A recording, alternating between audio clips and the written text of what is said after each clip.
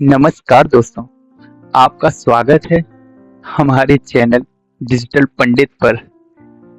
Channel को subscribe कर लीजिए, बेल आइकन को प्रेस कर दीजिए। चलिए शुरू करते हैं।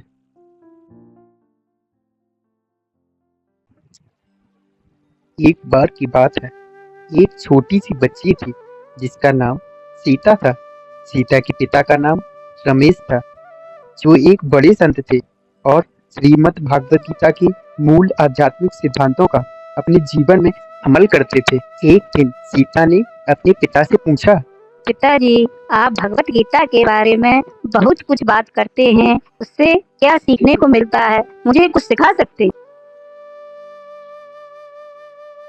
रमेश ने प्यार से मुस्कुराते हुए कहा, बेटा, भागवत गीता हमें धर्म, कर्म और अन्य जीवन के महत्वपूर्ण सिद्धांतों को समझाती है। मैं तुम्हें एक कहानी से समझाऊंगा। रमेश अपनी बेटी को एक झील की तरफ ले गया, जो बहुत ही सुंदर और शांत थी। वहाँ एक पत्थर के पास एक छोटा सा बगीचा था, जिसमें हरे भरे पौधे और फूल थे। रमेश ने सीता से कहा, देखो, वह बगीचा, इसमें हरे भरे पौधे और फूल हैं, जो इसे और भी सुंदर बना रहे हैं। परंतु ध्यान दो, जिस बाग को इतना हरा भरा तुम देख रही हो ना, उसने कितने आंसू और कितने संघर्ष के बाद अपने आप को इतना सुंदर बनाया है। सीता ने उत्सुकता से पूछा। पिताजी, इसका क्या मतलब है?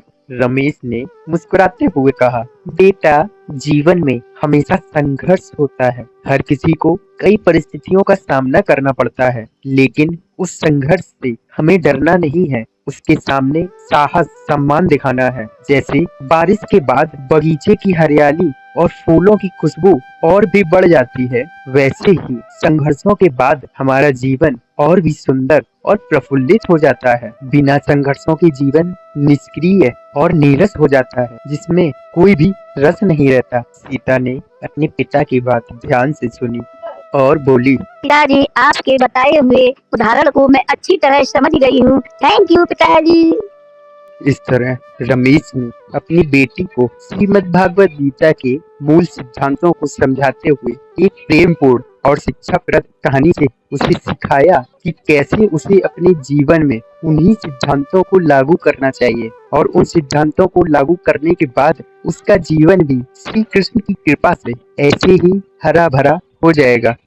जाने से पहले चैनल को सब्सक्राइब जरूर कर दें और बेल आइकन भी प्रेस कर दें। बाय बाय दोस्तों।